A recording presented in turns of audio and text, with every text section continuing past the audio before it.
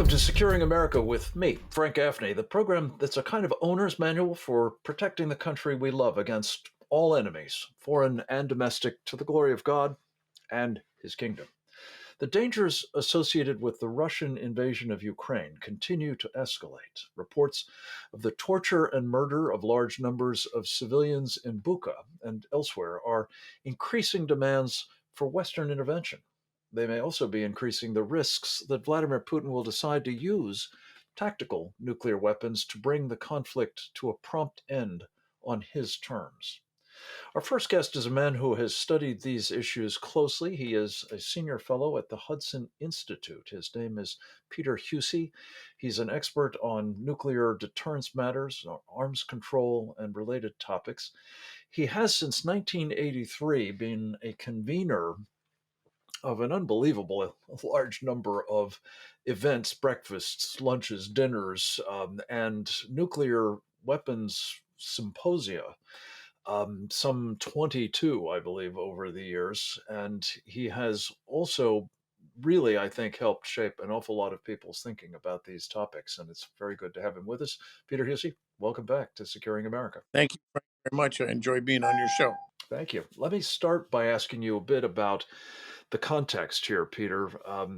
Putin is a man who has taken, I would argue, very seriously the idea of nuclear warfighting. We've told ourselves for a long time that it cannot be fought, it cannot be won. These nuclear conflicts. He doesn't seem to believe that. You participated in an important webinar that our Committee on the Present Danger China convened, I guess, about 2 weeks ago now, in which we explored that. Talk a little bit about some of the most important takeaways from that, which, again, people can see for themselves at presentdangerchina.org. Well, the issue is it used to be thought that if there was a conventional conflict with Russia, it might escalate to the nuclear level, but that both sides would have an interest in not going there because then you would go to what we considered Armageddon, which is everybody dies. It's mutual suicide.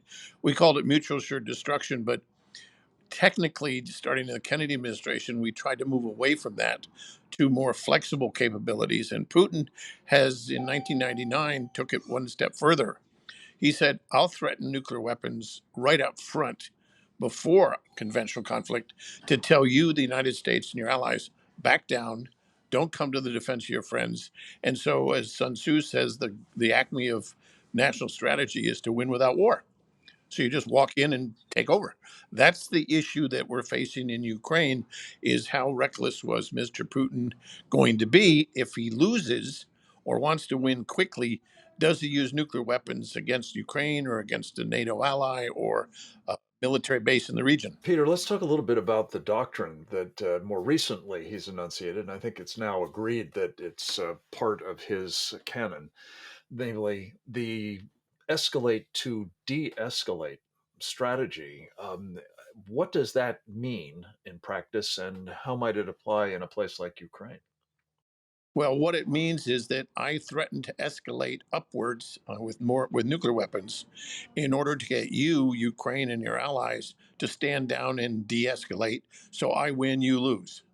That's essentially what General Hyten talked about, the former vice chairman of the Joint Chiefs, when he announced this, 6, 7 years ago, when he said Putin is going in that direction. And what's interesting is the spokespeople and officials in the Obama, Bush, and Trump and now Biden administration have acknowledged in congressional testimony that's in fact where Putin's going or has gone. And he has engaged in a very extensive modernization program, not only of his strategic forces, but also of these tactical weapon systems that might well be applicable in the event he decides to do something in Ukraine.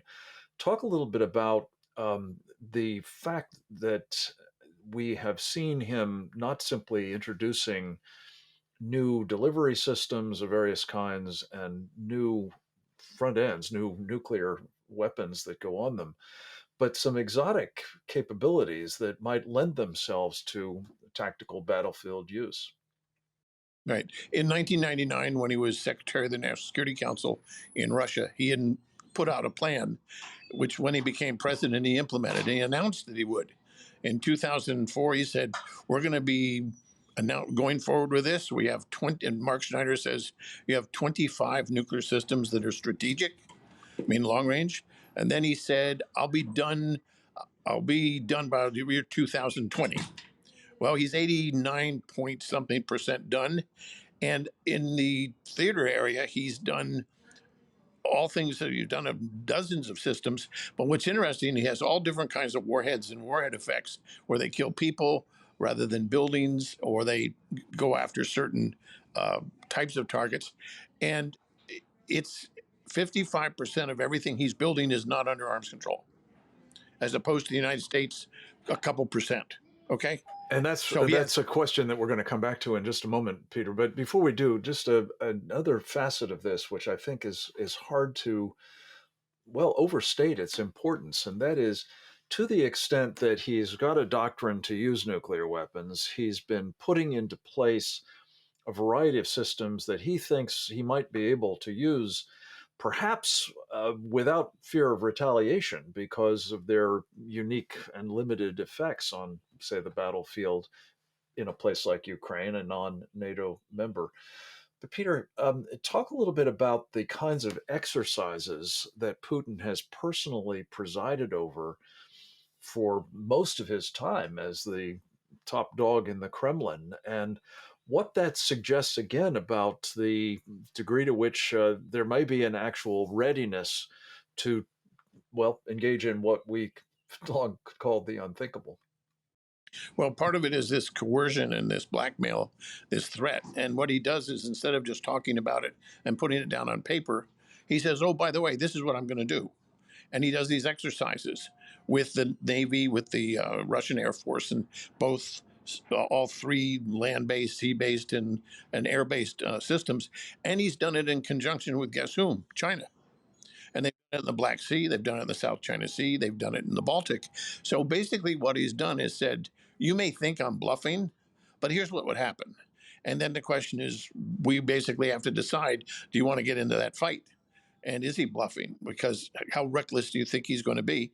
That's part of his strategy, which is to get us to stand down in a crisis, not just Ukraine, but any subsequent crisis, is to basically get us out of the game before the game even begins. Yeah. Talk a little bit about that China piece, if you would, Peter, because China has been engaging in its own nuclear weapons buildup, as you know. There's a lot of uncertainty, I guess, as to how far China is prepared to go in supporting Putin. But what do we take away from these exercises in terms of a willingness to collaborate, even in, simulated, fortunately, to this point, nuclear attacks against the United States itself? Well, as Admiral Richard, who is head of our strategic command in Omaha, who's the number one military expert on this business, has said, China is engaging in what's called a breathtaking modernization of its systems, land, air, and sea. And they're under no arms control limits whatsoever. And what's interesting is China has built 350 new silos out in Western China, all of which can take the DF-41, which is a 10 warhead missile. You can do the math. That comes to 3,500 warheads, and building silos is a pretty easy thing to do. Phil Carver told me the other day that China called up Ukraine in 1999 and said, how do you build a mobile launcher for ICBMs, which the Ukrainians did during the Cold War and during the Soviet Union. That's what they specialized in. And so China was planning this in 1999. Peter, I have to ask And you to hold that, this thought. We're going to come right back with more with Peter Huessy of the Hudson Institute, talking about nuclear war fighting and the extent to which we may be looking at that prospect, perhaps from Russia, perhaps with some help from its Chinese friends. Much more to say about all of this, and we'll do so in particular about what we need to do in response right after this.